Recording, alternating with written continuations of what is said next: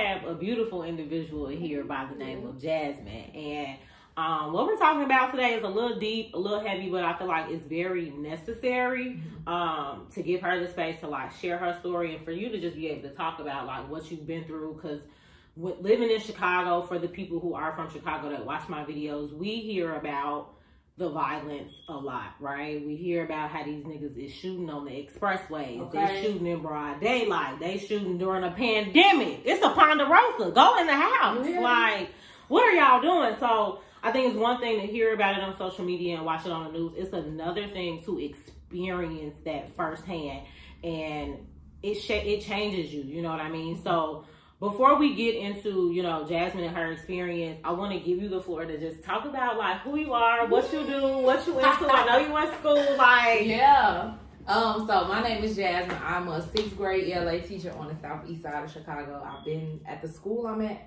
for 5 years. Crazy, like, old lady. I'm also a mama to a son. His name is Logan. He's 18 months, going on 18 years old. Very feisty. Like, his personality is like, no ma'am. If I don't like it, I don't like it. So I love that about him. And I'm a Cancer, so we balance each other out. He's very like, mama, you doing too much. I also am a doctoral student downtown at National Louis. I'm getting my PhD in community psychology, and I'm researching involvement of parents in trauma-informed learning environment. Okay. So I feel like when we talk about school, it's like teachers, admin, like we doing all this work behind the scenes, and then kids go home and their parents don't really know how to sustain that. Yes. So trying to like train parents to kind of keep up the stuff that is happening at school as far as trauma. So I only want to work with Black parents. No shade to other parents, but I think that there's something missing in our community, especially. And I think that we're going to be the ones to kind of start that mantle and work with one another. And I know that there are like so many other programs for like Latinx parents. And so I just really want to like vibe out as a parent with other Black parents and like show them that it's different ways to discipline your kids. And you don't got to be beating your kids to the wall, putting them in a bag, putting them in a corner, snatching them all up. But I think a lot of that stems from our own stresses as a parent. Yes. And like, you know, once we get more into what happened, I think that I've had to process a lot so I don't pass that on to my son, like anxiety and stuff, even though I still have some, just really trying to like gather myself so my baby can just like live his life. Absolutely. That work is so necessary. It's a woman that I follow on Twitter. Her name is like Supernova Mama. Okay. I'm not sure where she's from, but I tell people who are into pretty much everything you just described as far as like what it means to be a parent and to work on your own stuff so that you can better parent. Yeah. She produces a lot of content around positive parenting. So like teaching parents how to recognize like their own triggers and like how our children can trigger us because we haven't dealt with certain things, you know. And then you smacking your kid because you upset. Right, exactly. So she's just a really good person to follow because her daughters, I'm not sure if it's both of them or just one of them, but I think it's autistic, and she also identifies as like neurodiverse. Her husband is, so she knows like when my kid screams, that is a trigger for me. Me and somebody who was not good at being overly stimulated. So we gotta take turns and take a step back and like, you know, really work on what's coming up in me that my child is doing where I want to respond in this way. And so continuing to teach Black parents about that is so important. So girl, keep going. I'm definitely gonna follow her. Keep going. So you recently experienced something super traumatic. And your content is around healing, you know, so I understand how conflicting it can be to like, because that's one of them things that I feel like as a therapist, I have suggestions, I have feedback, I have skills, and then when I go through stuff and it hits me really hard, my mom is like, you a therapist, you're supposed to know what to do. And so I'm sure people are like, I mean, it's not like you don't know nothing, but it's still different when it's you going through it, you know? So can you just tell my followers, like, just give us the story about what happened, break it down, and we'll go from there. So about 6, maybe 7 weeks ago, I just, you know, my son is with his dad every other weekend, and his dad lives east, so he lives more towards Stony Island. So, you know, I grab my baby, I usually take Cottage home, and I'm born and raised in Chicago, so you know, Cottage, you like whoop whoop, and you go where you go. You either go to the expressway or you going east. My son was really, really fussy, so I took a turn on South St. Lawrence, like maybe toward like 79th and St. Lawrence. And I'm just driving through the neighborhood, and I'm telling my mom, I'm on the phone with my mom. And it's crazy because I was having a conversation with her, like, you know, I really want to like talk about my inner child. Like, what was I like as a kid? So we just chopping it up. Oh, yeah. And I noticed like it's no street lights, like pitch black dark, like not a street light in sight. And on residential streets there are street lights. And you said it was about 5 o'clock, so this yeah, is like before 5 the o'clock. time Like change. literally the sun probably was on its way down, so it wasn't like pitch black dark. I'm seeing people get in the car with their kids. A lady had a cake going to the car, so I'm like, okay. I tell my mom, you know, the street was real narrow, like. So many cars parked that your car is literally like... Yeah, trying to scoot in between. So I'm telling my mom, you know, something in me is just not feeling right. So I'm going to go back to Cottage because I don't really know where I'm at. I'm thinking like, okay, this is a through street. I told my mama, like, the mom in me is the mama lion is like rising up. So I get literally to the stop sign on St. Lawrence, 77th and St. Lawrence, and I see this guy walking toward my car, like taking his time. He pulled the gun out his left pocket, and when I tell you, before I could even like process what happened, I sped off. As I was speeding off, shots went all through the left side of my car. Like, do, do, do, do, do. I felt it go through my leg because it's like a burning sensation. It's literally like fire going through your body. And I tell my mom, like, Mom, I think I just got shot. And I'm like, I can't hear the baby. And luckily, like, I never ride with my child on the driver's side. I think that's just like mom 101. You always want to have like that diagonal point of view. Yeah. So I turn around and I can always see my kid. So no bullets went through his side of the car because he was shooting into the driver's side. So I'm just like I get to 76 in St. Lawrence, and I'm like, I'm going to make this right, and I'm going to pull through the light and get to Cottage because I know Cottage is a well-lit street. Right. I know that if I'm going to die out here, somebody on Cottage is going to see me. Like, so I get to Cottage, I pull over, and I just literally jump out the car, and I'm screaming because I'm trying to, like, see if my baby is asleep. Is he awake? Go to the back of the car. He's, like, laughing, cracking up, playing with his toys, like, unfazed. Like, literally unfazed.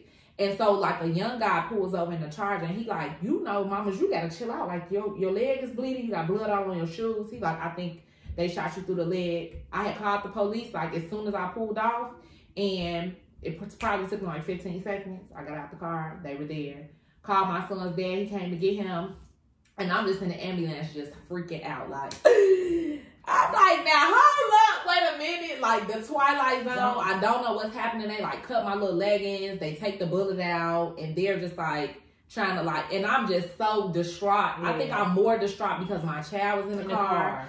And if something would have happened to my baby, I probably would have just died on the street. Like, that just would have been the end for me. I would have been like, nah. And of course, my little sister's just with it, so she like, spin the block. I'm like, girl, goodbye. She like, girl, where are you at? I thought you was on the block that you live at, because it was up. We was about to come up. I'm like, girl, no, I was on like a random block. So they take me to the University of Chicago, and because of COVID, it's just like a whole nother situation in there. Like, everybody's so spread out. Yeah. Everybody got masks on. They're like, man, we can't put you in the ambulance without a mask on. You need to, like, we can't take you to the hospital without a mask. So I'm just, like, trying to process all this and trying to handshake and putting on the mask. Like, craziness. Get to the trauma bay. They put me in a room, and they come in. They got to lift me from the stretcher onto the bed. And I'm just literally sitting there just bleeding all over the table. Like, and they're like, man, we have like a lot of trauma that happened tonight, so we gonna try to get to you. And I'm just like, am I gonna bleed to death? They're like, no, it went all the way through. And I had this one wonderful nurse come in, and I was just bawling my eyes out. She was like, it is gonna be okay. Like, I'm gonna go get you some water. Shout out to the black lady at University of Chicago. Okay. I don't know who you are, but if you see me, you help me out. She was just like, you know, take some breaths, like your child is okay. So throughout that whole time, like, police comes in, detectives come in. They ask me, like, what did I see? What do I know? What kind of cars were on the street? Like, trying to recall all this information when I'm already overwhelmed. And I'm just trying to do the best I can. Yeah, right. My phone is about to die. My mom's calling me. And they're like, ma'am, nobody can come back here. Like, due to COVID, like, they can sit in the lobby, but they really can't. And my little sister because I'm like the sensitive sister there, it's just up about me always. Yeah. My little sister in the lobby, like, turned up. They like, man, we will restrain you if you do not have a seat. So she's calling me. She's like, we're going to get in the car. We're going to your house. We packing bags. You're not staying over here tonight. And I'm telling her, like, it was nowhere near my house. She's like, I don't care. Like, you coming to mama's house. So they were at my house. Like, you know, I had dinner in the oven. Just was going to get my kid, come back. They had to go in there, turn off the oven, take the food out, like, pack us up. And that was just a crazy experience. Like, I just can't even imagine. So then, of course, I got to get my car off the street. So my mama got to call the tow people. Like, the police is like, ma'am. So after it happened, I thought I was the only person who got shot. So they come to the hospital. They're like, now it turned into a homicide. Like, somebody was killed. We have to keep your car for evidence. And, you know, when we're done with your car, we will have, like, the people call. So it's just, like, all of this stuff that I'm trying to do. This is, like, the same day. I'm literally in the hospital just, like... Then they got to come in and, like, teach me how to walk with crutches and do an x-ray and, like, make sure it didn't hit any bone or, like, it's just so much. They got to teach me how to wash my wound. I'm trying to go to the bathroom, can't walk. The little nurse, like, he was so funny, like, wheeling me around. This little older Asian guy, like, cracking jokes.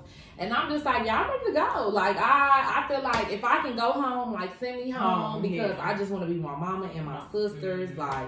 My son was with his dad, so I didn't get him until the next day at daycare. And my mom was like on it. She like, I'm taking off work. I'm going to get my grandbaby. He not having no full day at daycare. Like, he coming to the house and they told me like a bullet went straight through my gas line. So when I sped off, technically my car should have exploded. Wow. Yes. So my car should have blown up on the street. They're like, your car, literally, my son's car seat was damaged. It smelled like gas, like. The whole car, they like, it smelled like an exhaust. Like, if somebody slit a hole through, like, a gas pump at the gas station, that's what your car smelled like.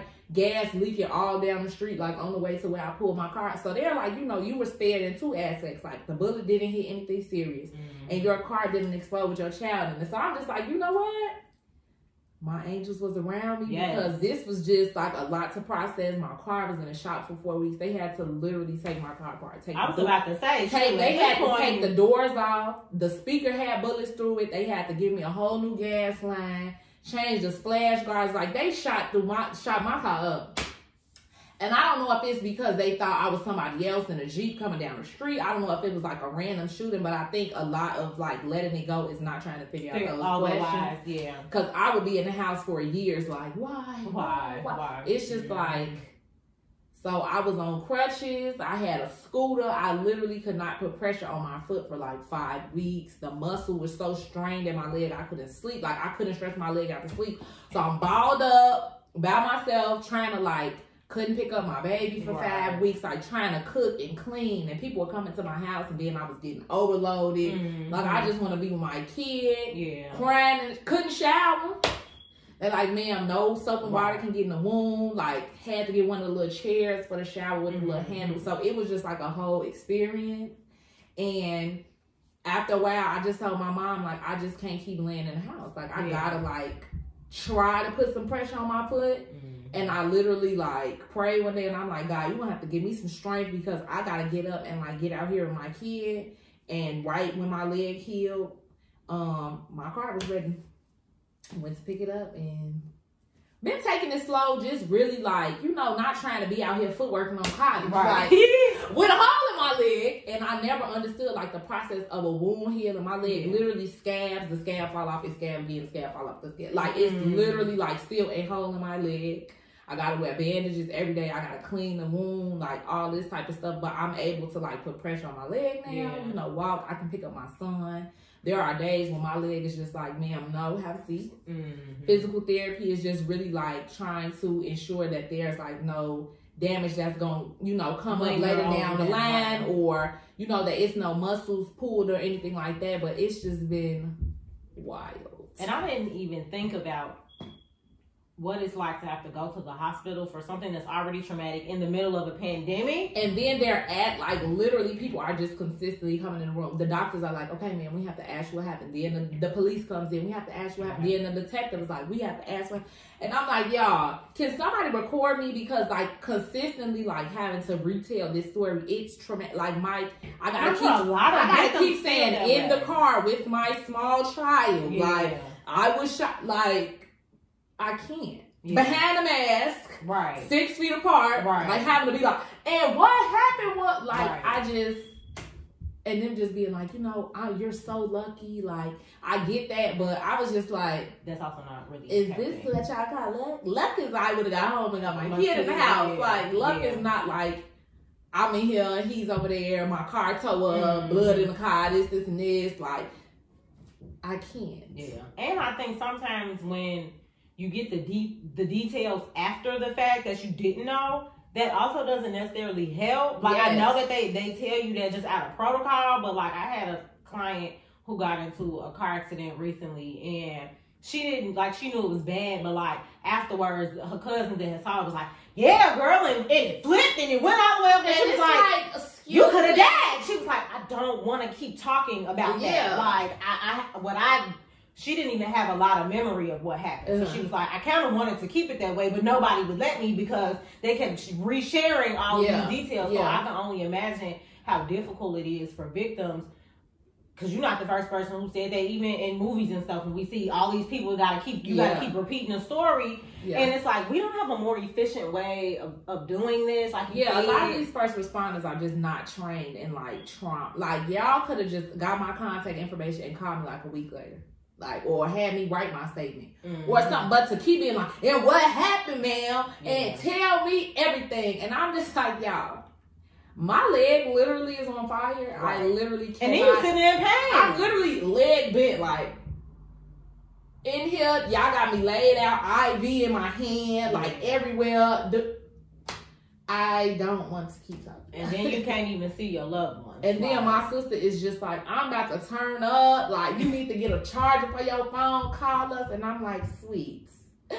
I'm trying to do what I can. She's like, when do you want us to come back? Like, it's just so many moving parts. And I know that, like, there were like so many like older people in the trauma bay. And I could just imagine like not being able to like have anybody with you. You're all by yourself. You know, you may not have a phone. Luckily, I could just FaceTime my mom, okay?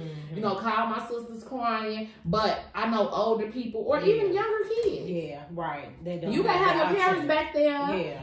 It's just, I'm just like, this is literally like a movie. Like when a disaster happens and the hospital's all spread apart and you got people behind plastic and that's literally what the hospital looked like. And I'm like, I could not imagine like having a baby during this time. Like all of these important events, you are tucked off in your little corner by yourself.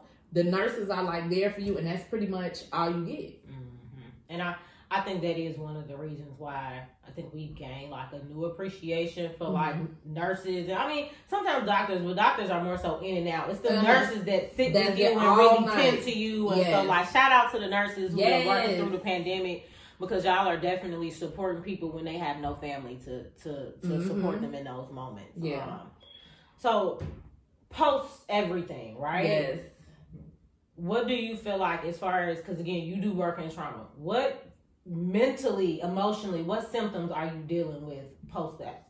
I think that I'm more anxious than anything. And like I tell people all the time, I grew up on the east side, like literally 68th and Clyde in the hood. And as a kid, I just like, walking outside, playing outside while the sun go down. Now I am just so like, on edge. Somebody pull up next to me with tinted windows. I'm like, a car driving too slow up, let me go the other way. I literally am on my phone. Oh, it says the sun is going down at 5:47. I need to be in the house at 5:40. Yeah. Cannot be outside when the sun is down. And I know it's not always going to be like that, because especially because I have a child, it's about to be summertime. Right. You know, things are starting to open up. I want to be able to take them to the Shed Aquarium, the museum. But it's just like so much anxiety because I just would have never imagined this. Like, took a wrong turn like 990 times in my life and still made it home. And people be, oh, baby, go this way. Or I'm like, which way is expressway? Oh, baby, to the left. I just never could have imagined that this would happen. So now I'm just like so hyper aware. Yeah. And I got the Citizen app, y'all. Do not get it. Because I heard they make it work. Because you get terrifying. Like, literally, your phone pings every time it's a crime in your neighborhood. And I'm just like, all right, I got to reel it in. Yeah. And it's good to know, like, oh, a shooting happened here. Don't go down this street at this time. But it's like, baby shot in the head. People outside with knives stabbing each other. Like, all day. Yeah. Like, boom, boom, boom. You wake up in the morning, 500 incidents, building on fire. Child had to jump out the window. Somebody purse stolen. Baby shot. Do you still have it on your phone? I literally turned the app off. Okay, I'm like, good. turn it off because it's just too much. And it's literally in the vicinity. So then you go to another neighborhood and the citizen app updates your what's going so on now now? it's like you on 114, it's like on 115, somebody got stabbed, 116, somebody got shot in the head. You go back home, now it's like back in Woodlawn. This is what I don't need to be updated on all the violence in the city because it's just overwhelming. What am I gonna do? Put on the cape and just to be swoop, swoop, swoop? Like no. Yeah. Because it literally makes you feel like everywhere I turn, something crazy is happening, and that's really not the case. Mm-hmm. But I think being that in tune with crime is not healthy for anybody. Absolutely. It's too much. So what are you doing to heal the mind and the spirit after this? So I probably cried like 3 weeks straight. Like I would just put my baby down for bed and like bawl my eyes out in the shower because I'm just like, this is a lot. Like, and I also think because I'm just so much of a physical person, like I'm always outside going to see people, even if it's like going to Target, like just some peace of mind or being able to go to work and see my students, being in the house. In the pandemic, like before, it's like, okay, I'm at home with my baby, but like I get to log online and, you know, I get to run around with him. But not having mobility and literally having to drag my body around my leg, like, oh, I got to get crutches. Then I got to get off the crutches and stand on a scooter to cook dinner. It just was so overwhelming. Like, I probably have not felt that much pain since childbirth. I was like, this is too much. And I literally my bullet went straight through and came out and they wrapped my leg up and was like that. So I could only imagine somebody who had like hit a muscle or like you lost a limb or something. Like I would not be able to probably process that. Yeah.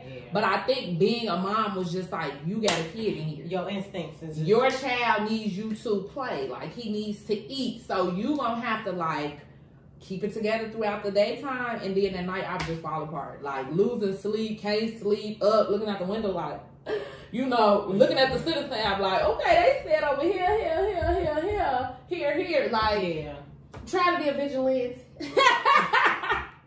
Literally up that night like, y'all, okay, I heard on 50 in the Evans, like this is what's going on. Watching crime shows, weird. Like literally watching Snap, watching all these people like lose their man and hoping they got justice at the end of the show. It was a lot of that.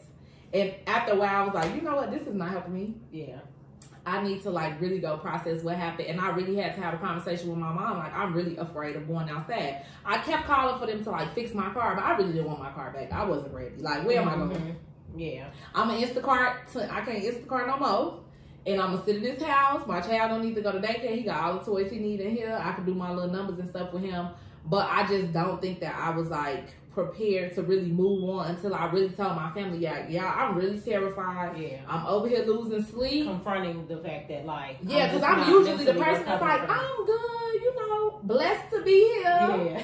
You know, I'm not gonna complain. But I really have to be like, y'all, I don't want to complain, but it's really hitting me hard. Yeah. I'm toe up. I feel like I need to go and give me a shotgun and ride around in the car with my kid. Like, just in case of an emergency. And I just never have needed to feel that way. You know, I'm like, people like, oh, it's something going on over here. You want to come visit me? Baby, I don't know that neighborhood. And unfortunately, I'm not going to be able to come. Like, can't come. So I think telling them that I was afraid was just like, whew. Now that's off my chest. And then just really telling people like, I can't keep up with the usual load. Like, I can't be on the phone. Y'all, I understand y'all want to check in, but like, you can text me and know that I read it, but I'm not going to respond because it's just very overwhelming to consistently have to tell people, you know, this is what's going on. It healed. I got a doctor's appointment, this, and this. It was just like too much. And then at the beginning of all this, I literally was on the phone with my job every day trying to get a leave of absence. Like, I'm like, I can't walk. CPS been like, man, I'm like, I can't walk. I can't come to work. Like, had to exhaust all my sick days.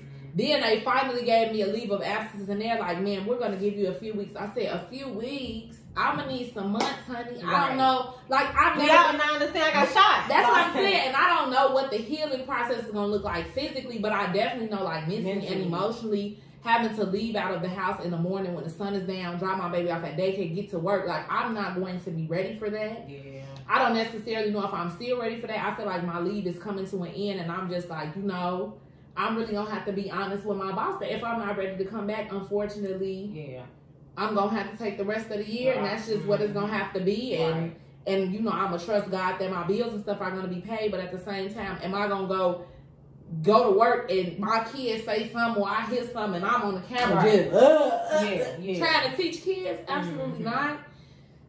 So I feel like the healing is gonna be a process. I think that I'm to the place where it's like I can go outside and do some functional things, drop off my son at school, come home, get some things done around the house. If I need to go to grocery stores, I'm trying to go in more safe neighborhoods where I know. And it's sad that we have to do that. Yeah, right? It's like, let me go over here where I know it's a firehouse, a police station in case of an emergency. And then I know, like, I'm getting him in the mid-afternoon from school so we can get in the house before the sun go down, get him some time to kind of run outside, get some fresh air. And I know, like, that next phase is going to be, like, when it's night out. Like, there are going to be things that I'm going to have to do when the sun goes down. And I don't know how I'm going to deal with that. I don't know if I'm ready for that process. But it's just, like, the fact that I know people who have, like, lost people or people who have, like, lost mobility in their whole body due to being shot. And I cannot imagine, like, that process of having to go back outside. Like, into the world and not being the same or not having the same person with you. That person is gone and just having to do that. So I'm like, I just got to brace the night, and I, like, can move and my son is okay. So that's a blessing in itself. But I know that's going to be a thing. Yeah, it's definitely going to be a process. And I think because you do have, like, this background and knowing that, like, me hiding myself from the world is not going to help. You start to gain this awareness of, like, I know I'm going through something, but, like, me doing this is probably not helping. Like, how can I try to aid in my own healing? And something else that you mentioned that I think is important that some people don't have or they don't lean into is a support system, right? Like, when traumatic things happen, you can't depend on, like, just yourself. You have to lean into you have to lean into your support system and allow yourself to be able to accept that help. Because I think, like, as Black people, we are so on edge about asking for help and all of that, and we kill ourselves before we from that stress. So I think I think that's a huge component. Is like, you don't have to go through stuff by yourself. Like, let your support system come in and, like, allow yourself to lean on them so that you can get through that. You mentioned something else that I feel like people say a lot on Twitter about, well, more so men, right? That we need to get guns. That women need to get guns. We need to be holding, especially women in Chicago. Y'all need to get y'all a gun. And so I was going to ask, like, how do you feel about that whole notion that in order to have some sense of, like, security and safety while we're out, that we need to go get conceal and carry? And it's crazy because I applied for my FOIA card. And that had been something that I had wanted to do when I was with my son's father because he's very into, like, being able to defend yourself. And I feel like when it comes, I'm going to be like, and my partner's like, get a 380, it could go in your purse. I'm like, I have to go to a range and, like, shoot a gun and hear gunshots and, like, process that whole because that's in itself is going to be that's going to be a lot for me. And then I also just feel like, do I want to have to anticipate the day where I'm going to have to use it? Come about it. You know what I'm saying? Blowing my person up, like, I just don't feel like that's just not in my nature. You know what I'm saying? I'm definitely like, let's just heal everybody, give people what they need, and the violence will go down.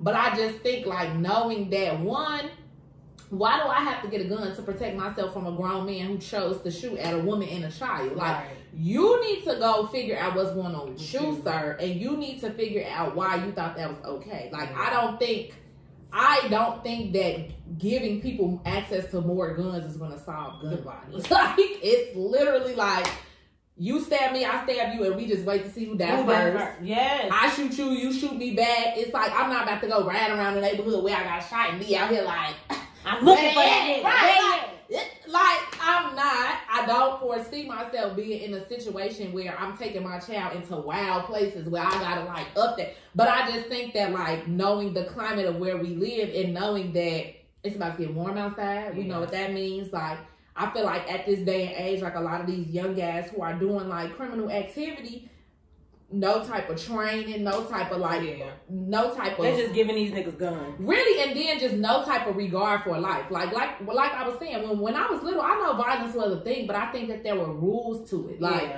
we don't shoot children, we don't shoot women. Like, you go and you get the person you're coming for. And I'm not saying that's necessarily like, oh, let's all just hit our mark. But at the same time, I think that there was a different type of security that I know if I take my child to the park, me and my child are going to get back from the park because we're not a target. Right. Nobody's going to accidentally shoot us. Nobody's going to use us as target practice. Like, I'm a woman, this is a child. We know that there's a level of respect for that. Now I just think it's like whoever get hit. Yeah. Old people, young people, babies, parents. You know what I'm saying? Like, it's just like open season, literally. And so I don't know. I'm gonna get a weapon, but do I want to have to pull it out? Yeah. Absolutely not. Am I aware of where I live? Absolutely. And I just think that I'm to the point where it's like I have to decide if I want to raise my son here. Like, I was raised here my whole life. There's something about being born in Chicago and raised in Chicago that I think makes us different. Yes.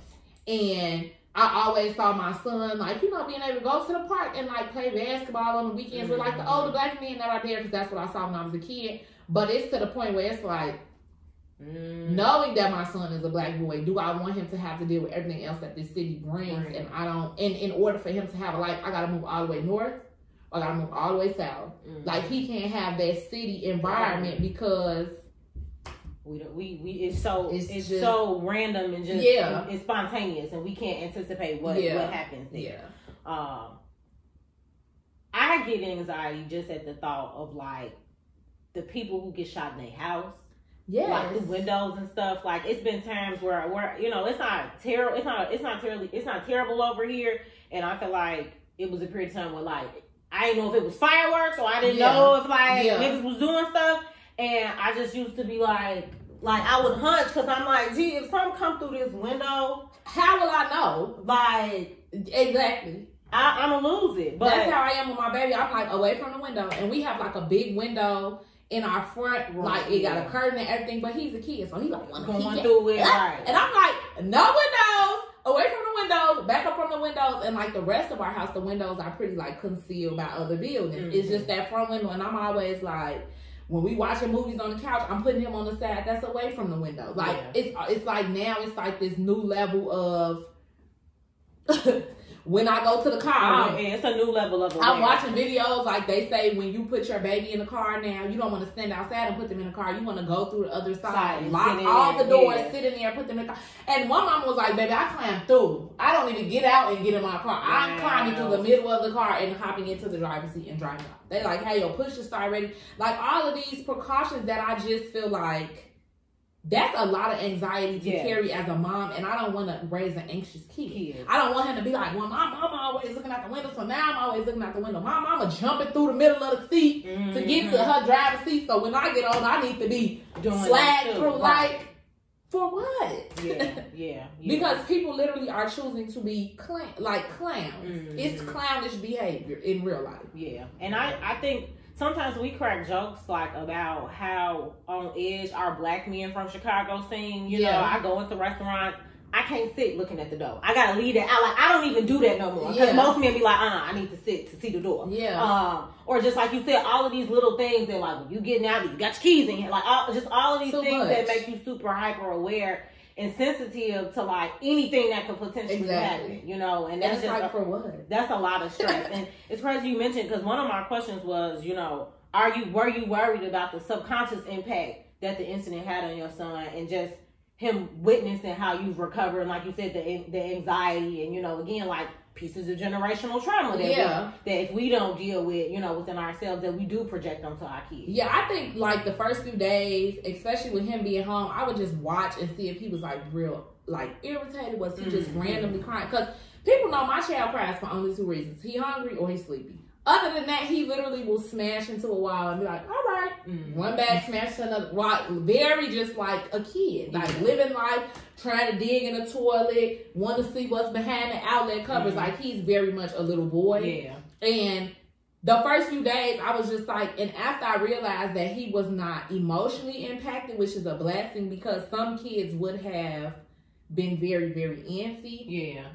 That was I was like, okay, but like I said, when we talked about like the experiences that I had when his father and I were in the house, my son had a very antsy, like when he was a little infant. He was always frustrated, due to the things that were going on between us. So I feel like once I left that situation, I just was able to give him very consistent routines. Yeah. And so those routines, I feel like helped him know, like, mommy is a place of safety for me.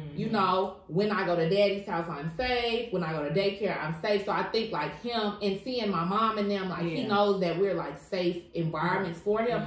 So because they were at my house all the time, even though I was like all over the place, scrambled like an egg, like laid up somewhere on crutches, he knew like, I'm gonna go to grandma, I'm gonna go to auntie, I'm gonna go to my cousin. And I think that helped a lot with that. I can only imagine like if it was just me, I had no family here, or I was like from a different city, or I was in an environment where my partner wasn't, was the source of trauma for me. Like then I think he would have had a different interaction. But because it's just me and him, I'm raising him in like a healthy environment. My family is on board with that he's just like, he's mommy just needs time to go to the bathroom.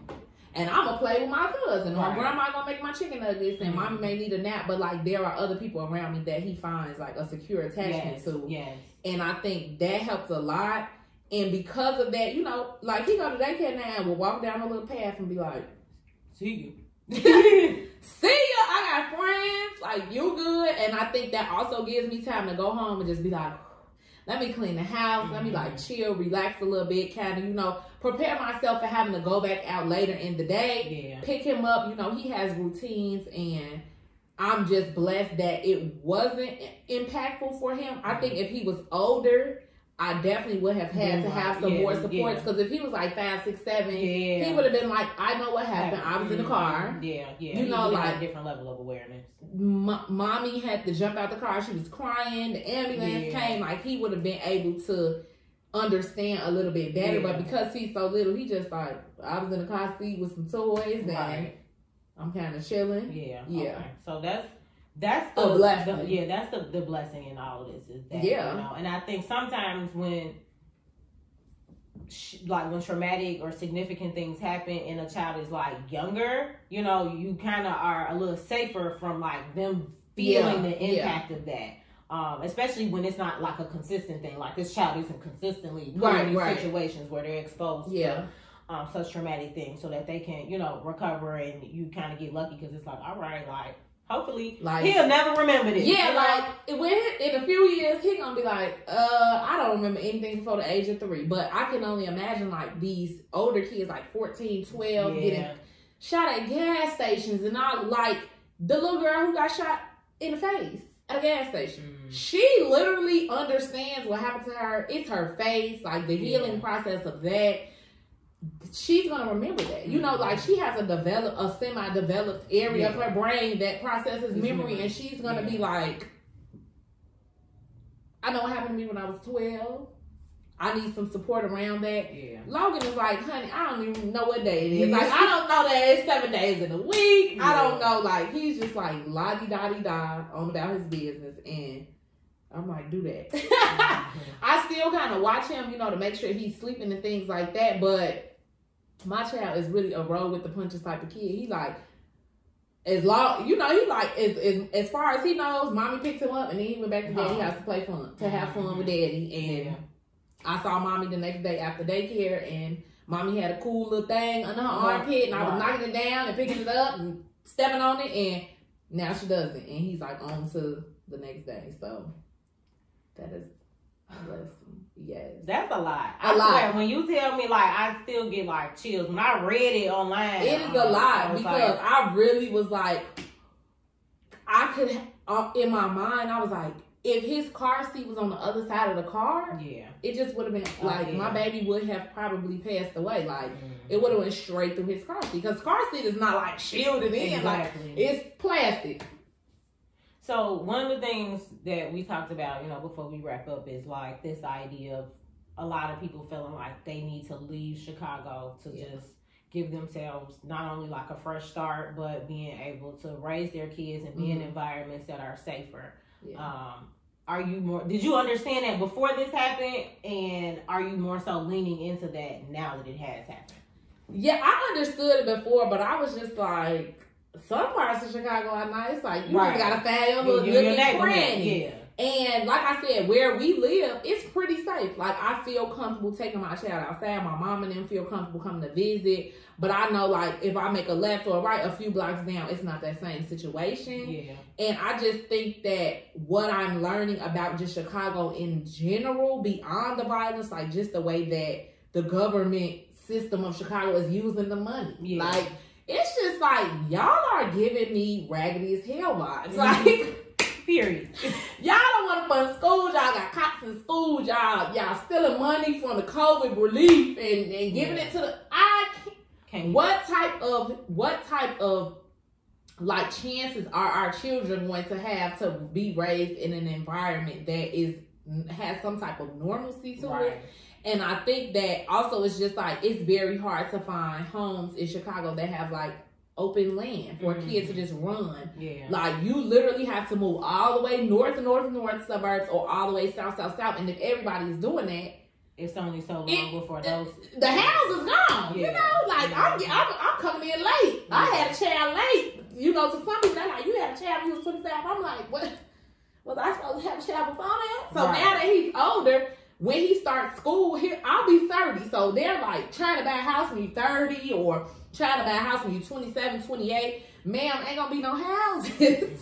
Like, everybody is taking their kids and going outward of the city. And I just think that now I'm just like, my son may have to be raised in the South. And my partner's from Oklahoma.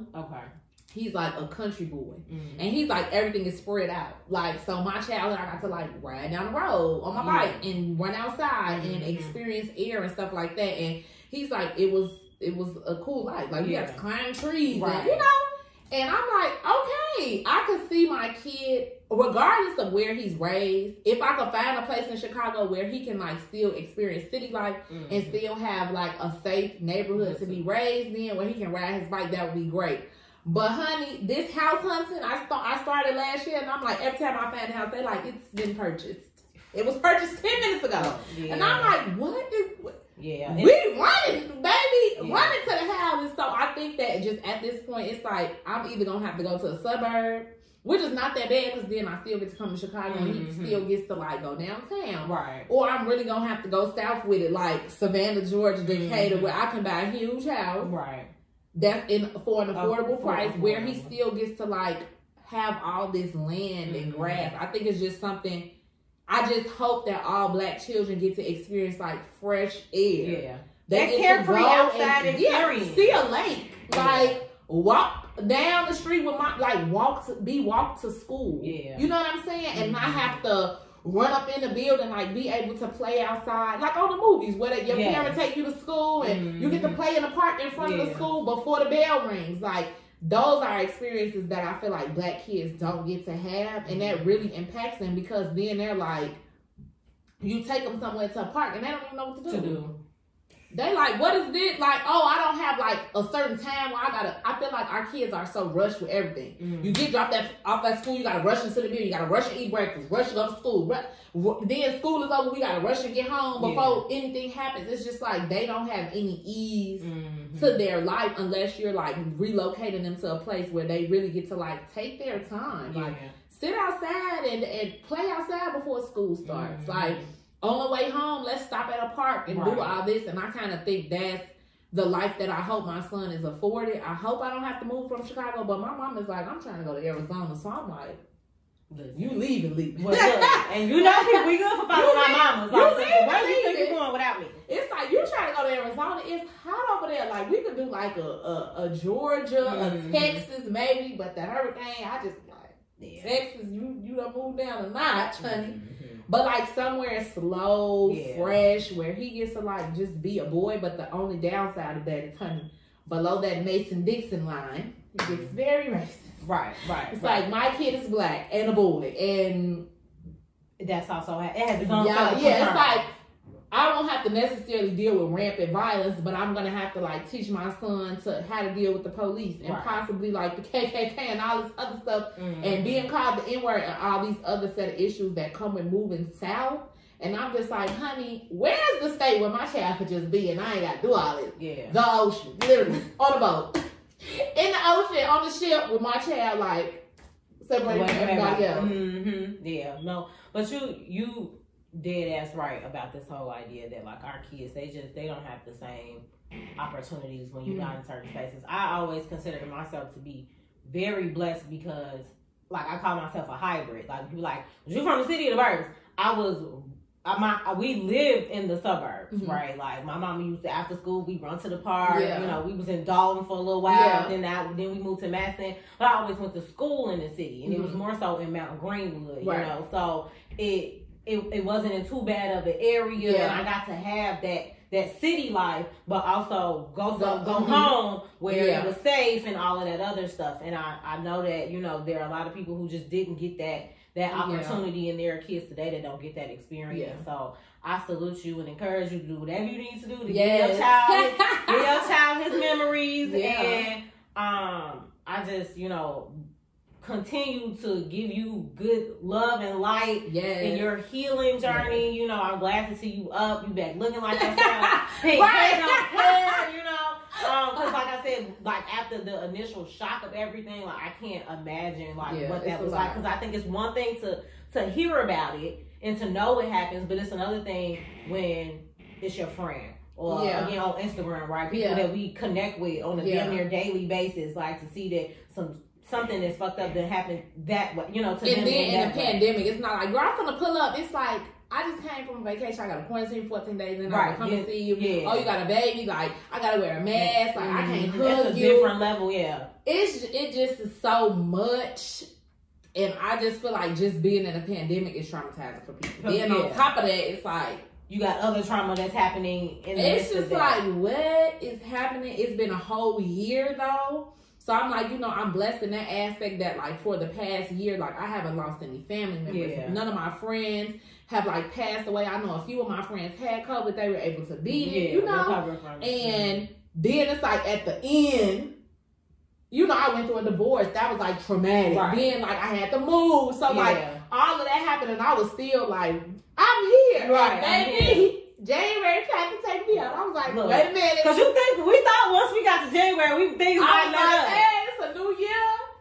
3 weeks later, I was like, y'all, somebody just shot me for real. And I called my friends. They're like, girl, you know, I'm with the jokes. They like, stop playing. I'm like, yeah, I'm for real. I'm in the hospital on 50 bills.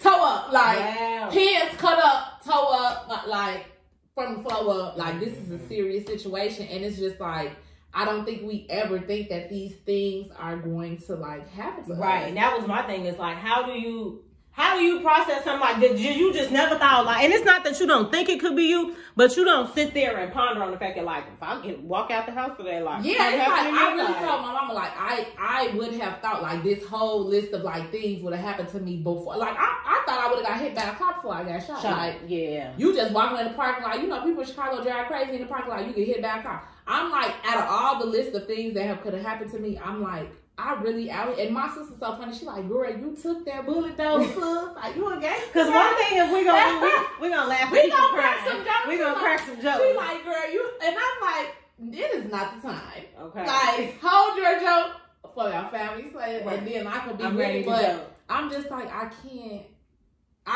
just could never imagine. And now that this happened, I'm like, all right, God, I don't need nothing else to happen. Okay. 2020, can this just be 2020 was shambles. 2021 tried to get me, but we going into the summer, so I'm like, let's just cool out. The whole world, let's just bring it down. Enjoy the summer. I don't need no more experiences. I've had my experience. I'm good. Cross it off the list. You know, now I got a story to tell my grandkids. Man. And I'm good on that. It's crazy when stuff that's so wild that you never anticipate, and like, you like, well, I guess this is part of my story now. And like in interviews, they're like, what's the worst thing? Honey, let me tell you. Look, okay? Because I got one for you now. Give me the job.